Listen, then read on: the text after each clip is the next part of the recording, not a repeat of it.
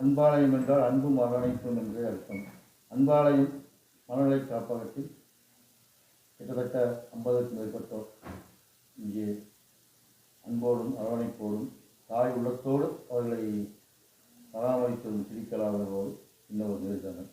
சொல்லுங்க மேடம், இங்கே வணக்கம். அன்பாலயத்தின் நோக்கம் என்ன, அதனுடைய இங்கே இருக்கின்ற மனநல பாதிக்கப்பட்டவர்களுக்கு நீங்கள் செய்யும் சேவைகள்? இங்கே வந்து மனநலம் பாதிக்கப்பட்டவரை வச்சு நம்ம பராமரிச்சிட்ருக்கோம். கடந்த 23 வருஷமாக காப்பகம் நடந்துகிட்ருக்குங்க. இப்போ இதில் வந்து மனநலம் பாதிக்கப்பட்டவங்களுக்கு டாக்டர்ஸ் வந்து ட்ரீட்மெண்ட் கொடுக்குறாங்க. சைக்காலஜி டாக்டர் வராரு, சைக்கியாட்ரிக் டாக்டர் வராரு, ஜென்ரல் ஃபிசிஷியன் எல்லாருமே இருக்காங்க. அதோடு MSW படித்து கவுன்சிலிங் கொடுக்குறவங்களும் இங்கே இருக்காங்க. பயிற்சி முயற்சியும் பண்ணுறீங்க. அதன் மூலமாக அந்த மனநிலை பாதிக்கப்பட்டவர்கள் வளர்ச்சி அடைகிற, அதாவது சின்ன டெவலப்மெண்ட்டு உங்களுக்கு இருக்கிறதா? இது வரைக்கும் நம்ம வந்து ஒரு 45 பேரை வந்து ரெடி பண்ணி அனுப்பியிருக்கோம். அவங்க ஃபேமிலியோடு சேர்த்து வச்சுருக்கோம். இப்போவும் ஓரளவுக்கு ரெடியானவங்களையெல்லாம் ஃபேமிலியில் இருக்கிறவங்கள கூப்பிட்டு ஹேண்ட் ஓவர் பண்ணுவோம். அப்படி இல்லைன்னா அவங்களுக்கு வேலைவாய்ப்பு ஏற்படுத்தி கொடுக்குறோம். நம்ம வேலைவாய்ப்பு ஏற்படுத்தி அதன் மூலமாக அவங்களோட ஃப்யூச்சர் நல்லா இருக்கணுன்றதுக்காக பார்த்துக்கிறோம். அதாவது அவங்களுக்கு குடும்பம் இருந்துச்சுன்னா குடும்பத்தை சேர்த்துக்கிறீங்க, இல்லைன்னா அவங்களுக்கான எதிர்காலத்தை நீங்களே உருவாக்கி கொடுக்குறீங்க.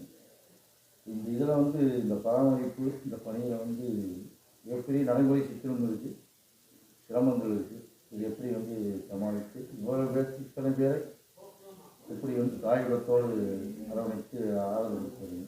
இது வந்து தனிப்பட்ட ஒரு மனுஷங்கனால எப்போவுமே நம்ம பண்ண முடியாது. இது ஒரு கூட்டு முயற்சி தான்.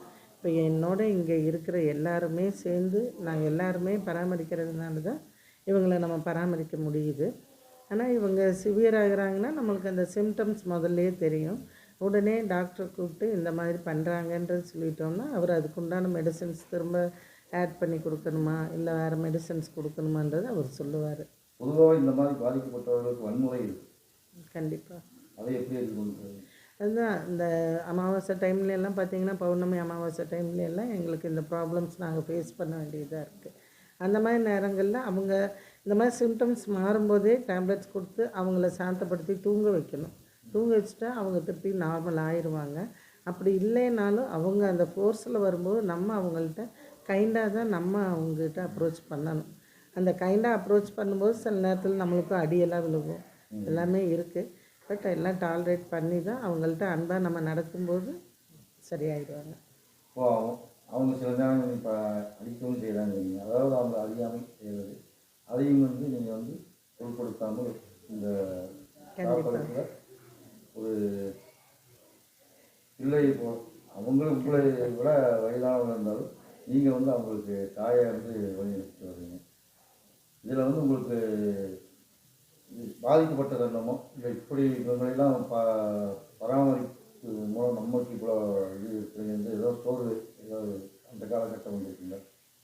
இடையில பார்த்திங்கன்னா நமக்கு வந்து ஃபண்டிங் கொஞ்சம் பத்தாமல் இருக்கும். அந்த மாதிரி நேரங்களில் ரொம்ப சங்கடப்படுறது உண்டு. ஐயோ நம்ம இந்த லைனில் வந்துட்டோமே, பிள்ளைங்களுக்கு கொடுக்க முடியாமல் இருக்குமே அப்படின்றது.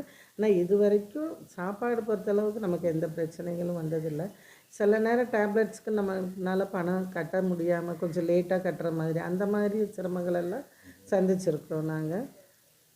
மேற்கொண்டு இந்த இது வந்து ஒரு நாளைக்கு நீங்கள் வந்து செட்டில் எடுத்து பார்த்தா ஆயிரக்கணக்கான செலவுகள் ஆகியது. கண்டிப்பாக.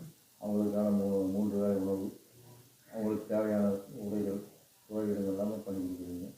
இதை எப்படி எதன் மூலம் இந்த பொருளாதாரத்தை இருக்கிறீங்க, அதை உங்களுக்கு செலவழிக்கிறீங்க? இப்போ பார்த்திங்கன்னா இப்போ நிறையா இந்த ஸ்பான்சர்ஸ் எல்லாம் நிறைய வருவாங்க. மேக்ஸிமம் எல்லா காப்பகங்களுக்கும் அவங்களுக்கு உண்டான ஸ்பான்சர்ஸ் இருக்கிறாங்க. அவங்க திருமண நாள், பிறந்த நாளைக்கெல்லாம் பார்த்திங்கன்னா பணம் கொடுத்து சாப்பாடு செய்ய சொல்லுவாங்க. அப்போ நம்ம சாப்பாடு செய்ய சொல்லும்போது அந்த மாதிரி ஸ்பான்சர்ஸ் வருவாங்க.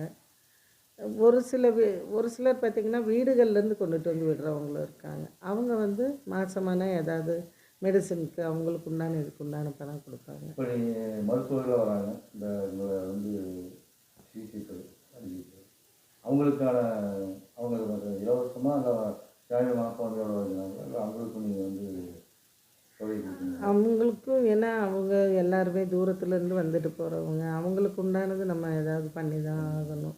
அதனால் ஃப்ரீயாக யாரும் இது பண்ண மாட்டாங்க. அதுக்கு உண்டான சார்ஜஸ் நம்ம ஏதாவது பண்ணி தான் ஆகணும்.